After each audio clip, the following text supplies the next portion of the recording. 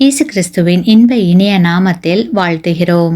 இன்றைய வேத வசனம், நல்லவன் கர்த்தரிடத்தில் தயை பெறுவான், துர்சிந்தனைகள் உள்ள மனுஷனை அவர் ஆக்கினைக்குட்படுத்துவார்.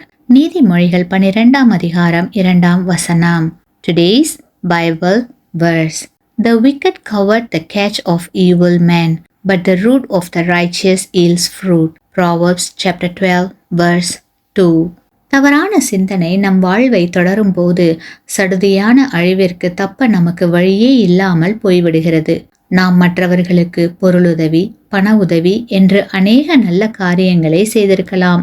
இவ்வாறு செய்வது ஒருவருடைய நல்ல மனதை குறிக்கிறது. ஆனால் இப்படி செய்துவிட்டு தன்னுடைய சிந்தனையில் நல்ல எண்ணம் இல்லையெனில் செய்த அனைத்து உதவிகளும் வீணானவைகளே.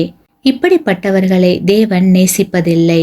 நாம் என்ன செய்கிறோம் என்பதை விட என்ன சிந்திக்கிறோம் என்பது மிக முக்கியமானது. ஆகையால் கிறிஸ்துவுக்குள் அன்பான சகோதர சகோதரிகளே, நல்ல காரியங்களை நல்ல சிந்தனையோடு மற்றவர்களுக்கு செய்து தேவ ஆசீர்வாதத்தை பெற்றுக்கொள்வோமாக. ஆமேன்.